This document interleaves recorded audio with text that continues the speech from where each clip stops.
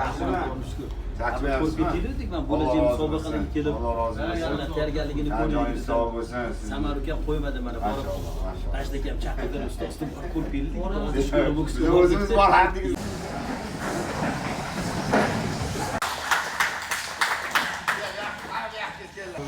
Boksdan juda kuchli sportchilarni yetishtirib chiqarganlar, bizga ustoz bo'lganlar. Mana hozir O'zbekistonda ham Zubayr akam juda hurmatlari baland, har doim shu sportchilarni, именно boksyorlarni hammasini qo'lini qo'yib, MMA'chilarni ham qo'lini qo'yib, har doim qo'llaridan kelgancha yordam ayamini, shuning uchun nima bo'lyapti? Qani ro'za Ramazon oyida bizani nevara shogirdlarimiz qanaqa tiron quvvatli ketdi. Bitta qarsa chalib oldi.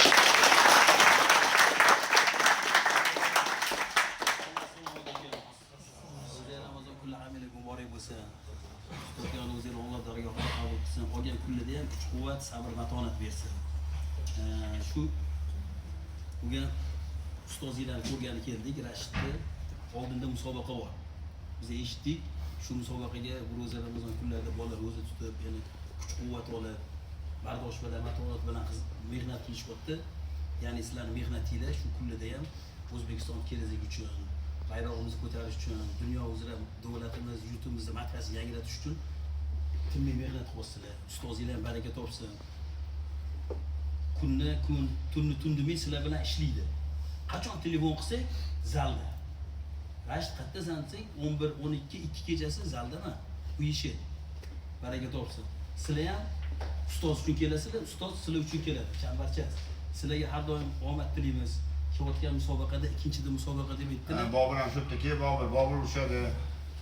Bobur urushadi o'ttimizdan, Anaq urushadi. Samandar urushadi. Alloh o'zingizdan yor qilsin, shuylar baland qilsin, ustozlar martabasini baland qilsin. Ularning mehnatini, islom mehnatini Alloh samarasini bersin. Hamisha shunaqa ahil oila bo'lib, ustoz aytganini qilib, ustozlar sizlarni mehnatinglarni, yutug'inglarni samarasini ko'rib, xursandchilik bo'ldi, xursandchilik yurmaydi. Duo qiling bular. Allohim o'zing shu o'zbek o'g'lonlarini mehnatini samarasini bergan, martabalarini baland qilgan. Hamisha yurtimiz bayrog'ini ko'klarga ko'tarib, yurtimiz madhiyasini baralla yangilatishiga bu bandani sabab chiqdi. Allohu akbar. Bo'ldi, tiroq qo'yinglar.